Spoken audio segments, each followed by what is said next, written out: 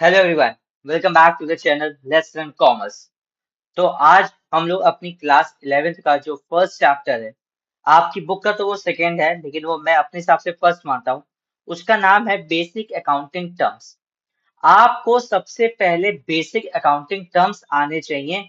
जो अकाउंट्स में आपके टर्म्स यूज होते हैं वो बहुत ही इंपॉर्टेंट है। अगर आपको टर्म्स नहीं समझ में आएंगे तो आपके लिए जो 11th की अकाउंट्स का बेस है वो बहुत ही डिफिकल्ट हो जाएगा आपको समझना। तो हम लोग आज सबसे पहले मैं आपको इस क्लास में बेसिक अकाउंटिंग टर्म्स समझाऊंगा जो आप अकाउंट्स की दुनिया में सुनते आएंगे। वो वर्ड हो सकता है आपने कहीं ना कहीं अपने आसपास या किसी से सुने हो, लेकिन आज उसका एग्जैक्ट मीनिंग जो है आज मैं वो आपको समझाऊंगा। तो इस क्लास को लास्ट तक जरूर देखिएगा और अपनी बुक का जो सेकेंड चैप्टर है जिसका नाम है बेसिक अकाउंटिंग टर्म्स, आप उसको जरूर खोल के रखिएगा। ठीक है, तो आइए सबसे पहले हम लोग स्टार्ट करते हैं अपनी क्लास को बिना किसी टाइम का वेस्ट करे बेसिक अकाउंटिंग टर्म्स।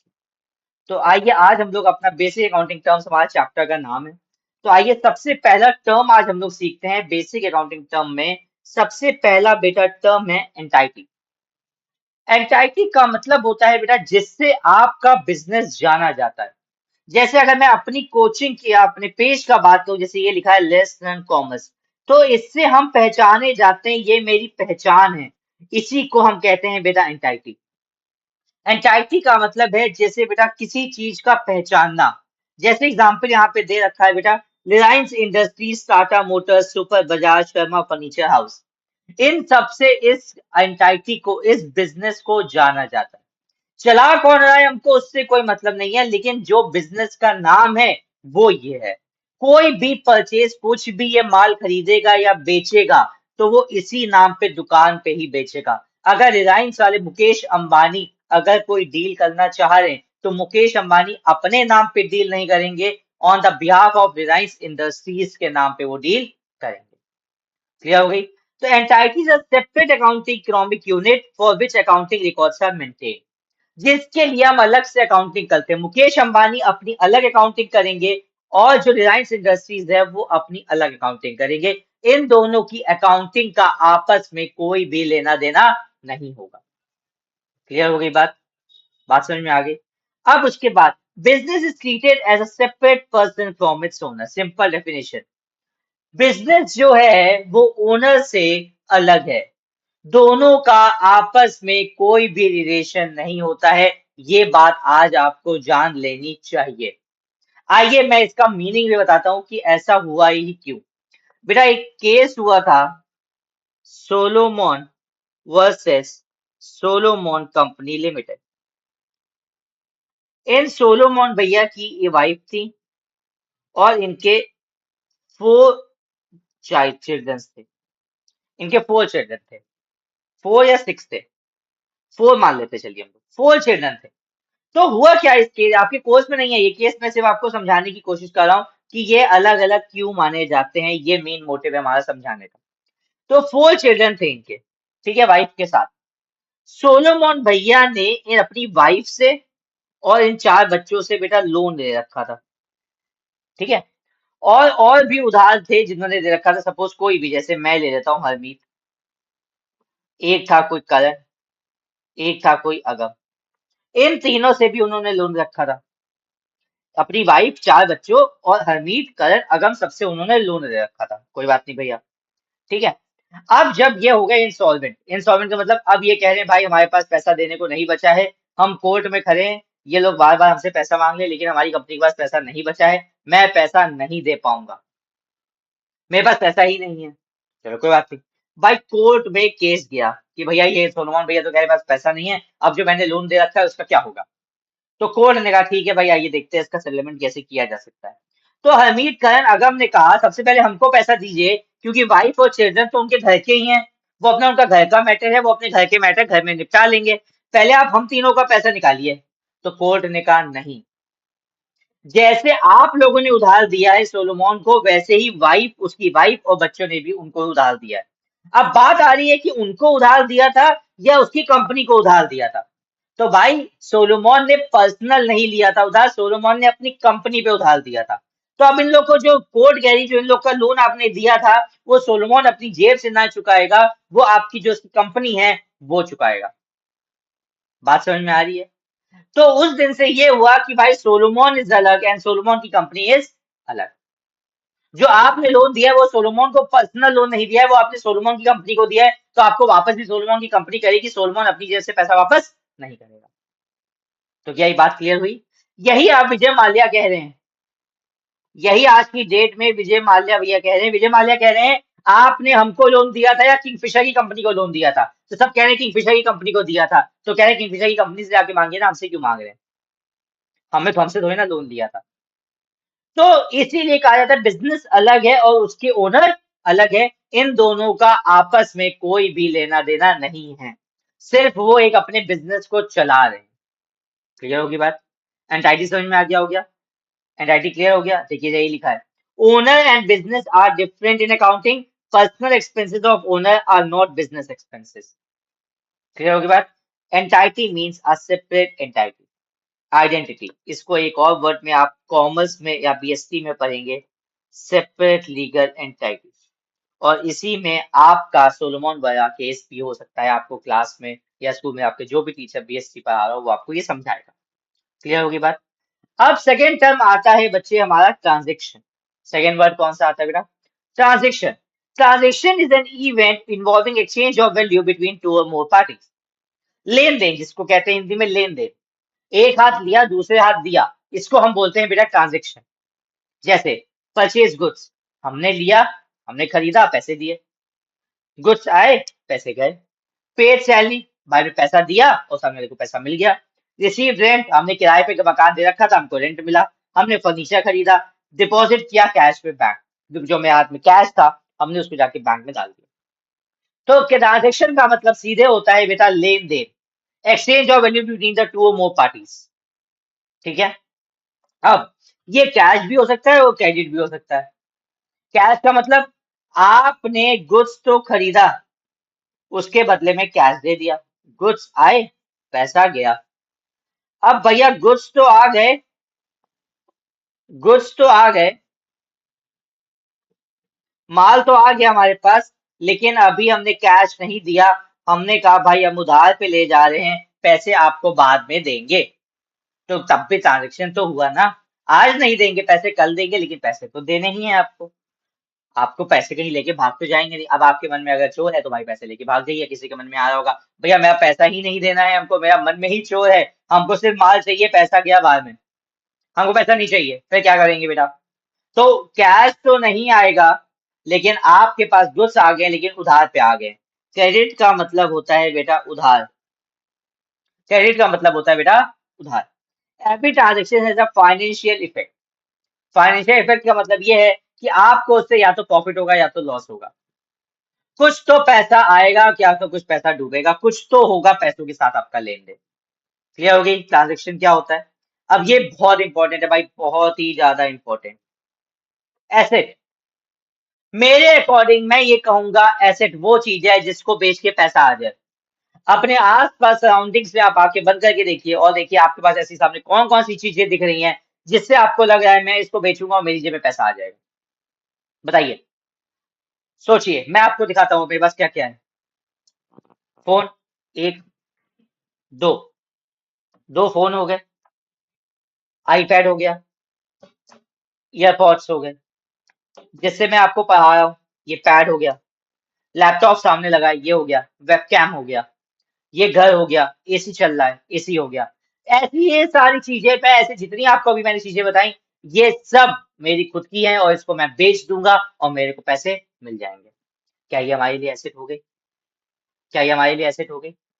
अब देखिए एसेट की सिंपल डेफिनेशन क्या दे रखी है। Assets are resources owned by the business पे they provide future economic benefit.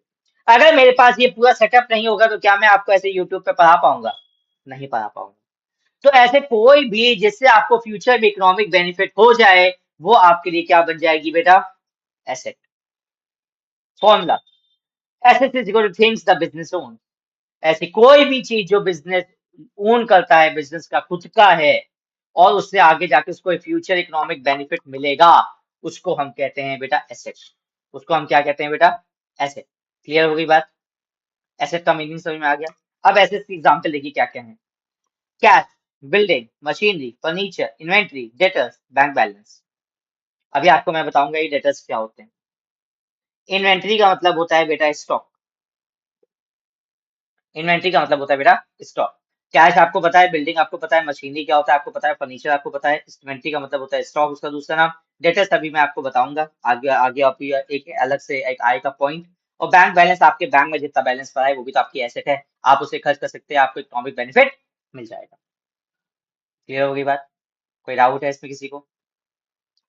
अब भाई क्लासिफिकेशन ऑफ एसेट्स, दो टाइप की एसेट्स हैं आपके कोर्स में, अब दो टाइप की एसेट्स पढ़ाते हैं, क्या होते हैं? करंट एसेट, ऐसी कोई भी चीज जिसको आप कैश में कन्वर्ट करवा लेंगे 12 मंथ्स के अंदर।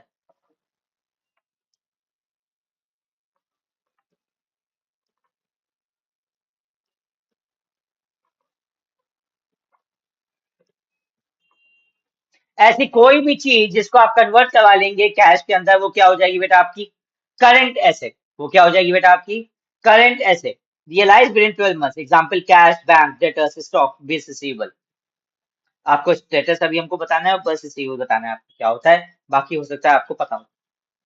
तो बेटा ऐसी कोई भी चीज जिसको आप बेच लेंगे और 12 महीने के अंदर आपके पास कैश आ जाएगा, वो कौन सी एसेट हो जाएगी बेटा आपकी?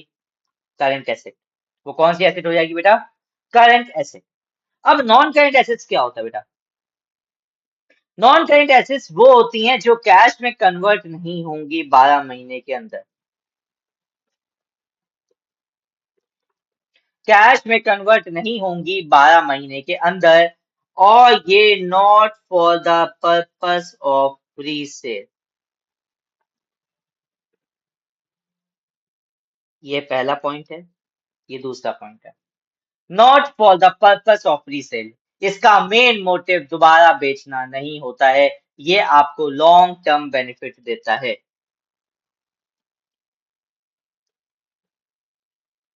ये आपको लॉन्ग टर्म बेनिफिट देता है। Example, land, building, plant, machinery, furniture, vehicles. Clear होगी बात? करंट एसेट्स वो होती है जो कैश में कन्वर्ट हो जाए विद इन 1, और नॉन करंट एसेट्स वो होती हैं जो कैश में कन्वर्ट नहीं होंगी, लॉन्ग टर्म हमारे पास रहेंगी, और इसका मेन मोटिव दोबारा बेचना नहीं होता है। ये सारे पॉइंट आप एक जगह नोट कर लीजिए, तभी ये पॉइंट लिखेंगे, तभी आपको आपके स्कूल का टीचर मार्क्स देगा, अदरवाइज आपको मार्क्स नहीं देगा। क्लियर हो रही है बात? लाइबिलिटीज क्या होती है बेटा? जल्दी, मैं 2 मिनट टाइम दे रहा हूँ, आप जल्दी से फटाफट एसेट्स का रीडिंग करिए। जल्दी एक बार फटाफट, आपके पास बुक होगी सामने, जल्दी से फटाफट एसेट्स का रीड करिए, एसेट्स का मीनिंग क्या होता है, फटाफट करिए फटाफट।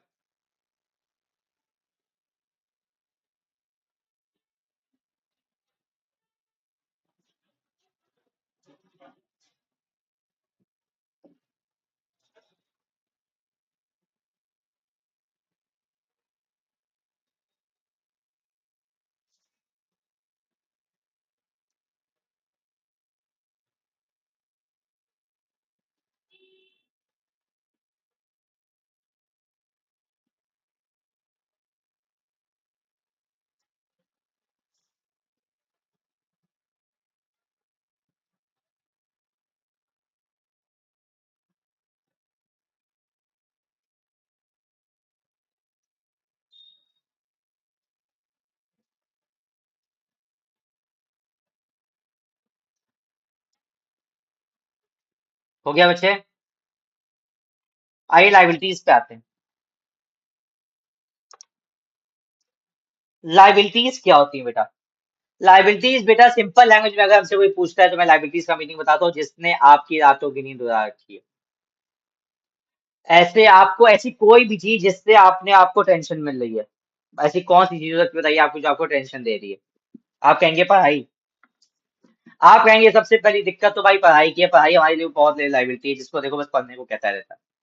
तो क्या पढ़ाई आपके लिए लाइबिलिटी है या एसेट है, आप बताइए। पढ़ाई आपके लिए लाइबिलिटी है या एसेट? मैं तो कहूंगा नॉन करेंट एसेट है भाई, आपको फ्यूचर बेनिफिट देगा, वो भी लॉन्ग टर्म के लिए, और कहीं आपसे रीसेल नहीं किया जा रहा।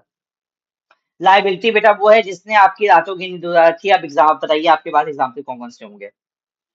आपने अपने फ्रेंड से लोन ले रखा है। रात में 3 बजे मैसेज कर रहा है, भाई पैसे चाहिए हमको, पैसे भेज दो तुरंत, आपको मैंने परसों 10,000 रुपये दिए थे, ऐसा है 10,000 ना दीजिए, 5,000 तो ट्रांसफर कर दीजिए।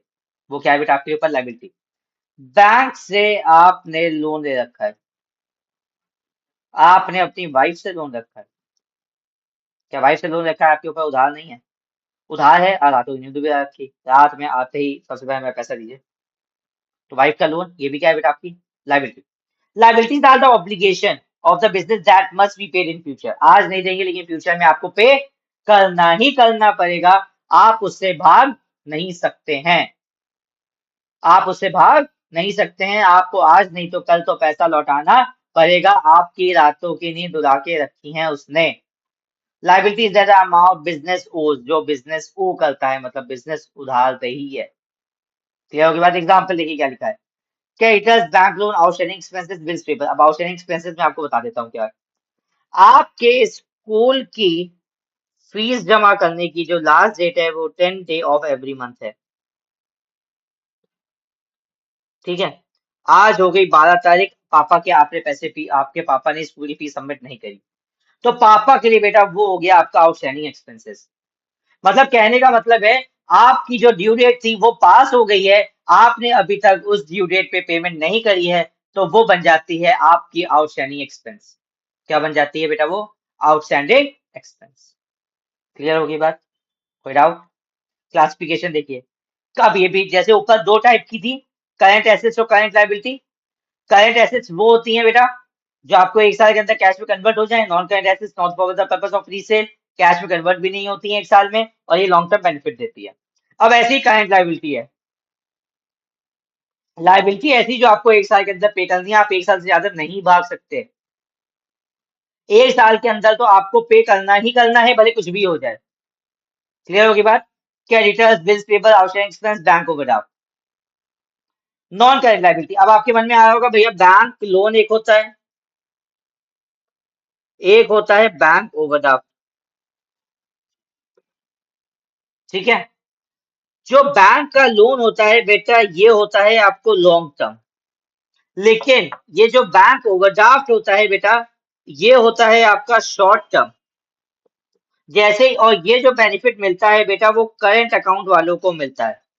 किसको मिलता है बेटा? वो करंट अकाउंट वालों को मिलता है। जैसे आप कहीं माल लेने गए, आपके पास पैसा नहीं था, तो 90 डेज के लिए बैंक वालों ने आपको उधार दे दिया, तो that will not be considered as a bank loan, that will be a bank overdraft. आपने अकाउंट से के में जितना बैलेंस था आपने उससे ज्यादा विड्रॉ कर लिया, और आपको सर्टेन टाइम दे दिया गया बैंक वालों की साइड से कि इतना पैसा आप उधार तो लेते, आप ले लीजिए हमसे उधार, वो देने में कोई दिक्कत नहीं है, लेकिन इस टाइम पीरियड के अंदर आपको पे करना है, वरना भारी आपका आइए वह भी इंटरेस्ट लगा देंगे। क्लियर होगी बात? That is short term loan. और जो बैंक लोन होता है वो लॉन्ग टर्म होता है।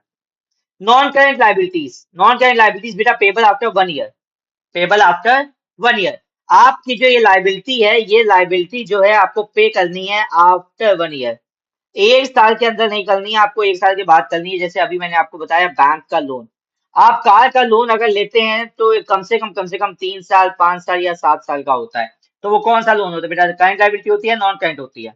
बेटा वो नॉन करंट होती है, वो लंबे टाइम के लिए होती है। क्लियर हो गई बात? कोई डाउट? कोई डाउट है बेटा किसी को? लाइबिलिटीज हो गया, बहुत इंपॉर्टेंट था, जल्दी एक बार रीडिंग कर लीजिए लाइबिलिटी का। लाइबिलिटी का जल्दी एक बार रीडिंग कर लीजिए बेटा।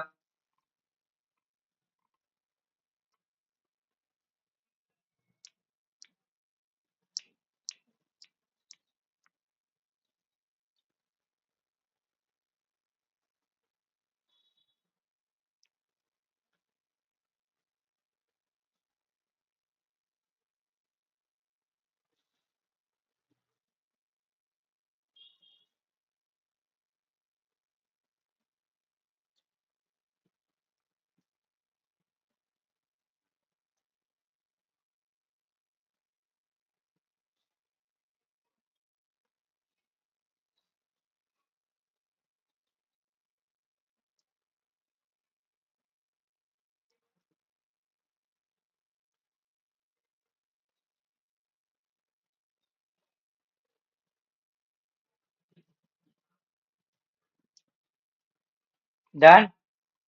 अब आइए कैपिटल देखिए क्या होता है। कैपिटल वो होता है बेटा, जैसे आपने शॉप खोली, शॉप पे एक शटर लगा होता है, शटर खुलने से पहले आपका जितना पैसा लगता है वो होता है बेटा कैपिटल। अब आपके मन में आ रहा होगा यार शटर खुलने के बाद क्या हम दोबारा पैसा नहीं लगा सकते? तो भाई वो तो लगा सकते हैं, वो तो आपके ऊपर डिपेंड करता है। तो वैसे तो एग्जाम्पल जो है वो मीनिंग जो है, capital is the amount invested by the owner into the business. Capital वो अमाउंट है जो बिजनेस में लगाया जाता है ताकि बिजनेस चल सके, ताकि बिजनेस चल सके। क्लियर हो गया? अब मैं आपको अपना एग्जाम्पल लेता हूँ। पहले मैं प्रोजेक्टर पे पढ़ाता था, ठीक है, कंप्यूटर था और प्रोजेक्टर के सामने स्क्रीन चलती थी। मैंने पहले ये कैपिटल इन्वेस्ट करी। अब भाई जमाना बदल गया, अब जमाना आ गया बेटा स्मार्ट बोर्ड का। अब मैंने स्मार्ट बोर्ड लगवा लिया अपने सेंटर पे, तो क्या ये भी तो एडिशनल कैपिटल नहीं लगा दी हमने? तो capital is the amount invested in the business. पहले भाई मेरे पास 2 रूम्स थे, ठीक, भगवान की दया से बच्चे भर गए, मैंने एक रूम को, छोटे पढ़ रहे थे, मैंने एक रूम और इन्वेस्ट किया। क्या ये एडिशनल कैपिटल नहीं थी बेटा? एडिशनल कैपिटल थी। क्लियर होगी बात? तो capital is the amount invested by the owner into the business. Owner brings, अब क्या क्या ओनर लगा सकता है भाई? कैश, फर्नीचर, मिलाएगा। अब जब मैंने कोचिंग खोली तो मैंने क्या क्या लगाया? मैंने सबसे पहले कंप्यूटर लगाया, प्रोजेक्टर लगाया, ठीक है, एसी लगाया, फर्नीचर लिया, चेयर्स टेबल लगाई। ये सारी मिला के अगर मैंने आपको सपोज 2 लाख रुपए लगा दिए, तो 2 लाख हमारी बेटा क्या हो गई है? कैपिटल होगी। अगर मैं ये 2 लाख लगाता ना तो मेरा बिजनेस, मेरी कोचिंग सेंटर बन ही ना पाता। तो ये कोचिंग सेंटर बनाने के मैं 2 लाख रुपए लगा दिए, तो 2 लाख हमारी ये क्या बन गई बेटा? कैपिटल बन गई। क्लियर हो गया बात? Capital is shown on the liability side because it represents the owners claim on business assets. Capital जो है बेटा वो लाइबिलिटी साइड हमेशा जो करी जाती है, क्योंकि वो बिजनेस के लिए लाइबिलिटी होती है। अगर हमने लेस लर्न कॉमर्स को, अगम एक ओनर है, अगम ने यही 2 लाख रुपए लेस देन कॉमर्स को दिए, तो लेस देन कॉमर्स का फर्ज बनता है कि ये उसको पैसा रिफंड करे, पैसा कमा के वापस करे। तो बेटा 2 लाख जो है वो लेस देन कॉमर्स के लिए बेटा क्या है बेटा? वो लाइबिलिटी है। इसीलिए वो कहाँ दिखाई जाती है बेटा? Liability side. कहाँ दिखाई जाती है? Liability side. अब एग्जाम्पल मैं देता हूँ आपको, एक और चीज मैं आपको समझाता हूँ अच्छी तरीके से।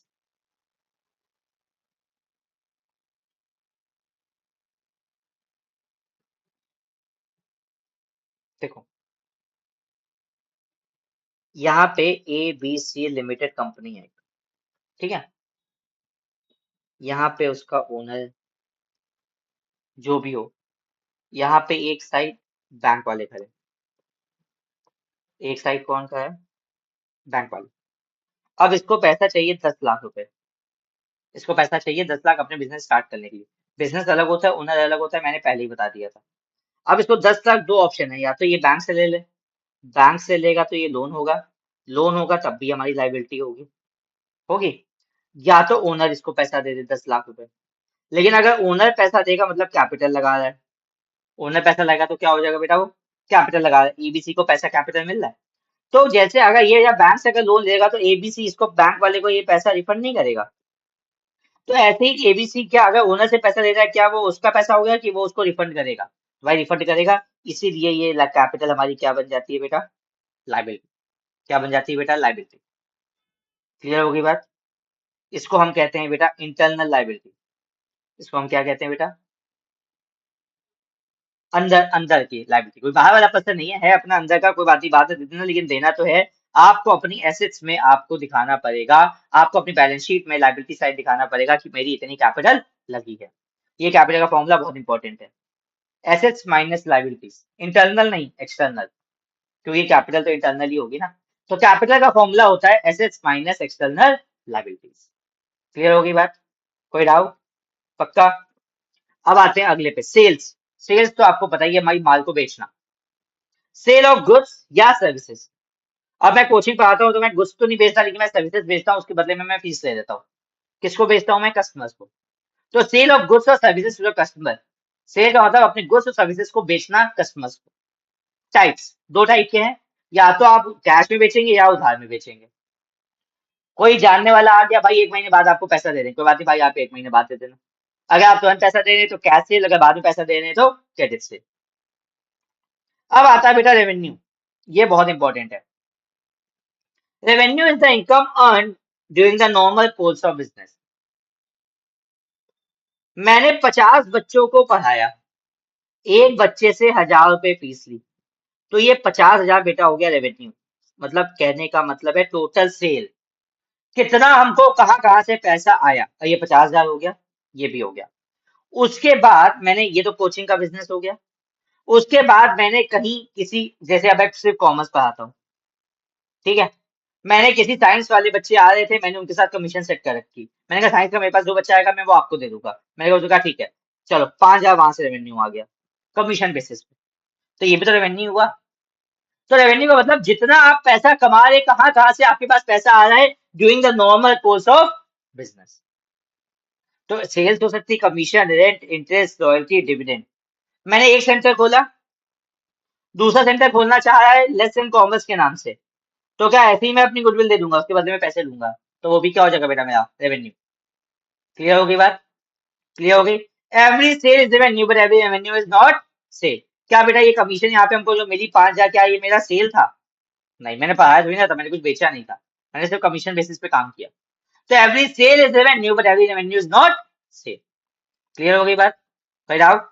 आगे देखते हैं।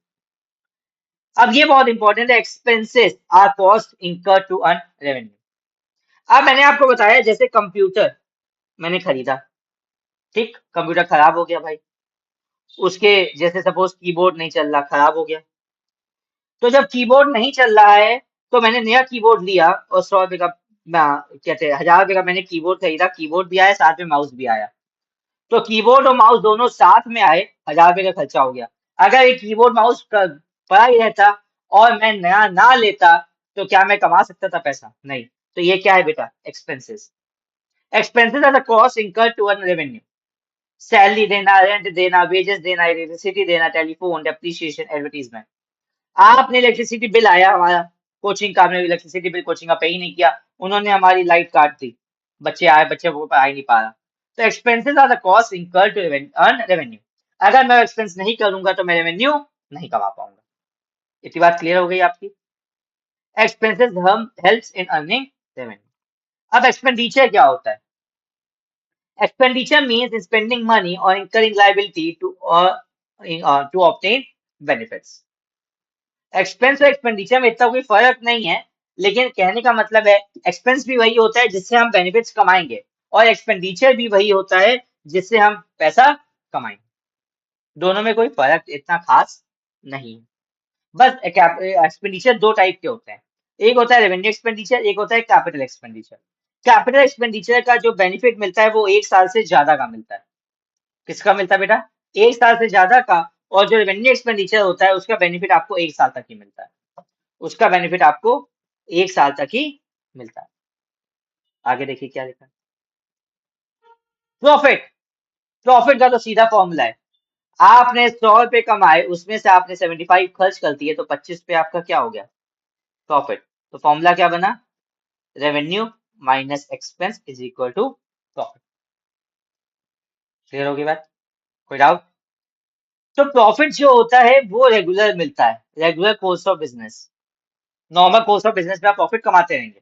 लेकिन जो गेन होता है हमारा, गेन होता है profit arising from activities other than the normal business of operation.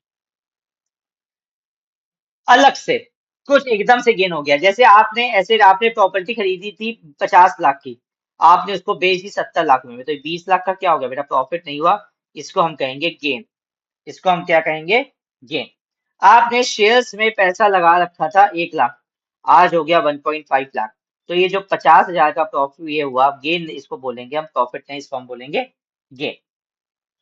Clear हो गया बात? ये other than the normal course of business है, इसका बिजनेस से कोई भी लेना देना इतना नहीं होता। लॉस। अभी मैंने आपको बताया यहाँ पे रेवेन्यू था 100, एक्सपेंस था 75, तो 25 रुपए का हो गया प्रॉफिट, 25 रुपए का हो गया प्रॉफिट। अगर यही हमारा एक्सपेंस हो जाता 100 और रेवेन्यू में कमा लेता 75, तो 25 रुपए का क्या हो जाता बेटा? लॉस। 25 रुपए का क्या हो जाता बेटा? लॉस। क्लियर हो गई? When the expenses are more than the revenue, when the expenses are the more than the revenue. Discount, discount बेटा reduction in the price. MRP है हमारी 100 रुपए, दुकानदार ने शॉपकीपर ने हमको बताया भैया हम आपको दे देंगे 90 का, तो ये 10 रुपए का बेटा क्या हो गया आपका? डिस्काउंट। 10 रुपए का क्या हो गया बेटा? डिस्काउंट। अब ये डिस्काउंट होता है बेटा टू टाइप का, एक होता है ट्रेड डिस्काउंट, एक होता है कैश डिस्काउंट। ये बहुत इंपॉर्टेंट है, देखिएगा। आप जब शोरूम पे जाते हैं वुडलैंड के, तो वहां पे लिखा होता है बाय टू गेट वन, या लिखा होता है फ्लैट 20% ऑफ। ये सब वो क्यों देते हैं? ये सब वो क्यों देते हैं? ये देते हैं बेटा अपनी सेल्स को बढ़ाने के लिए, कस्टमर को अट्रैक्ट करने के लिए। तो अगर ऐसे कोई है, ये हम मांग तो रहे नहीं है, ये हम मांग तो रहे नहीं है, ये कौन सा है बेटा? Trade discount. ऐसा कोई भी डिस्काउंट शॉपकीपर दे रहा है अपनी सेल को बढ़ाने के लिए, तो वो हो जाती है बेटा, वो कौन सा डिस्काउंट हो जाता है बेटा? Trade discount. अब आता है कैश डिस्काउंट। कैश डिस्काउंट देखिए क्या होता है। आपकी मेरी जानने वाले की शॉप थी मोबाइल की, मोबाइल था 50,000 का, जानने वाला था। हमने कहा बताइए कितने का देंगे? उनका पहला क्वेश्चन है, कहते वैसे तो भाई 49 का है ट्रेड डिस्काउंट के बाद। ट्रेड डिस्काउंट लगा दिया, एक था 1,000 का ट्रेड डिस्काउंट लगाया खुद से, और उन्होंने कहा 49 का है। मैंने कहा ठीक है। मैंने कहा बताइए अभी प्रॉम्प्ट पेमेंट करेंगे? प्रॉम्प्ट के पेमेंट का मतलब अभी तुरंत पेमेंट कर रहे हैं। मैं कहा ठीक है। कहते हैं आप तुरंत पेमेंट कर देंगे तो चलिए 47 का दे दीजिएगा, अभी आप तुरंत लेकिन कैश देना पड़ेगा। मैंने कहा यार भैया अभी नहीं करेंगे, ऐसा है भैया 15 दिन बाद करेंगे। 15 दिन बाद करेंगे तो भैया 48 का करेगा। लालच देख लो कैसे दिया जा रहा है। मैंने कहा नहीं नहीं 15 दिन बाद नहीं, मैंने कहा 1 महीने बाद। तो भैया अगर 1 महीने बाद देंगे तो आपको 49 पूरे देने पड़ेंगे, फिर आपको कोई डिस्काउंट नहीं मिलेगा। तो बेटा ये 49 से 47 पे आए, 47 से 48 पे आए, ये क्यों आए? क्योंकि बेटा अगर आप लालच दिया जा रहा है जल्दी सामने वाले से पेमेंट निकलवाने के लिए, वरना अगर आपका अगर नहीं दिया ये 49 आपको कुछ भी नहीं मिलेगा, और 15 दिन 1 महीने के लिए आपका 49,000 अटक गया। तो जो कैश डिस्काउंट दिया जाता है बेटा वो at the time of payment दिया जाता है, ताकि सामने वाला इंकरेज हो जल्दी पेमेंट करने के लिए। क्लियर होगी बात? पैसा निकलवाने के लिए जो डिस्काउंट दिया जाता है दैट इज कैश डिस्काउंट, और जो बेचने के लिए डिस्काउंट दिया जाता है that is trade discount. Clear होगी बात? तो trade discount before payment, cash discount during payment. आगे आइए क्या होता है? वाउचर। वाउचर तो बेटा सीधे सीधे bill, proof of a transaction. आपने कोई एसेट खरीदा, आपने उसका बिल नहीं लिया, तो क्या आपके पास प्रूफ रहेगा आप ही से लिया? तो आपको बिल लेना, invoice, cash memo, receipt, debit note, credit note, ये सारी चीजें आपको लेना जरूरी है। वाउचर नहीं होगा तो आप उसकी एंट्री नहीं कर पाएंगे। क्लियर होगी बात? Goods are the items for purchase for resale. Goods हम इसको कहते हैं जो आपने खरीदा for the purpose of resale. अगर मैंने ये मोबाइल लिया अपने लिए तो that is not a good, लेकिन अगर ये मैंने मोबाइल लिया आगे बेचने के लिए then it is a good. मेरा मेन मोटिव यही था कि आगे हम इसको बेचेंगे, तो वो क्या हो जाएगा बेटा? गुड्स। वो क्या हो जाएगा बेटा? गुड्स। फर्नीचर डीलर के लिए देखिए क्या है, फर्नीचर गुड्स है। ऑफिस के लिए फर्नीचर एसेट हो गई। स्टेशनरी शॉप के लिए स्टेशनरी गुड्स हो गई। स्कूल वालों के लिए स्टेशनरी खर्चा हो गया। तो कहने का मतलब है आपका डिपेंड करता है आपका नेचर ऑफ बिजनेस कैसा है। अगर आप for the purpose of resale खरीद रहे हैं तो that will be a good, अगर आप उसके पर्पस ऑफ रीसेल नहीं खरीदते that will B not a good. Drawings business का पैसा है, आपने अपने ऊपर यूज कर लिया।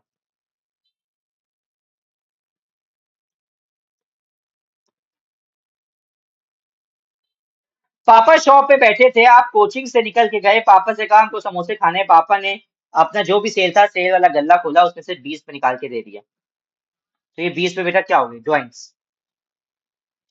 आपकी एक रेडीमेड की शॉप है, दिवाली आई, आपने एक दुकान से अपने लिए एक शर्ट ले ली, गुड्स निकाल लिया, अपने अपने पर्सनल यूज के लिए खर्च कर लिए, तो that will be a drawings. था वो चीज किसकी थी? बिजनेस की, लेकिन आपने अपने लिए यूज कर लिया, तो वो क्या बन जाएगा बेटा? ड्राइंग्स। विड्रॉल ऑफ कैश और goods for the owner by the personal use. अगर आप अपने पर्सनल यूज के लिए ले लेते हो, उसका पैसा आप दुकान पे नहीं डालते हो, तो that will be treated as drawings. Purchases. आपने खरीदा for the purpose of resale. क्या खरीदा? Goods purchase for resale. Goods, आपने ऊपर क्या था बेटा? वो गुड्स था।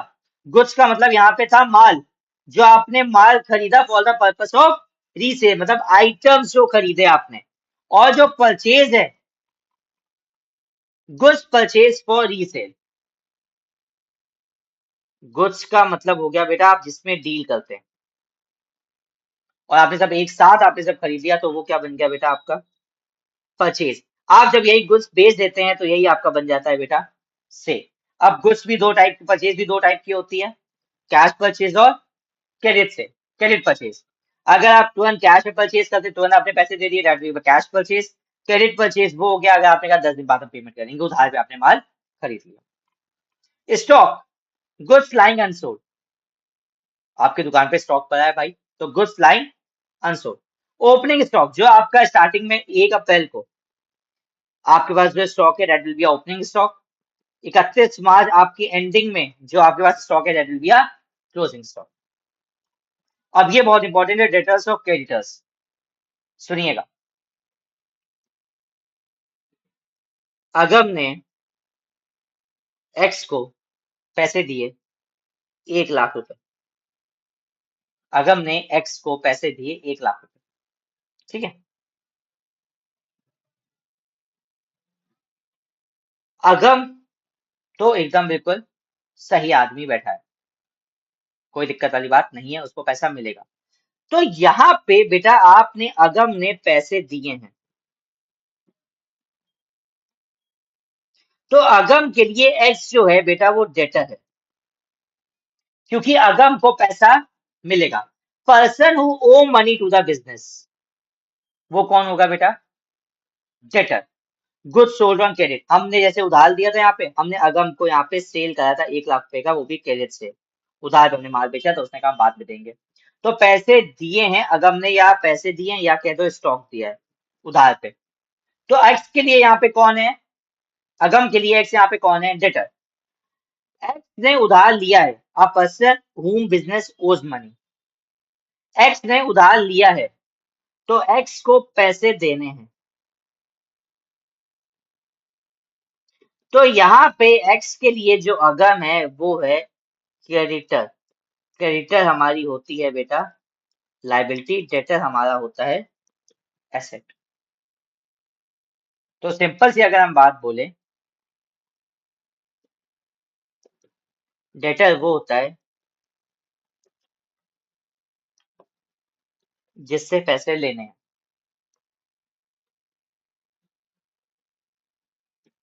क्रेडिटर वो होता है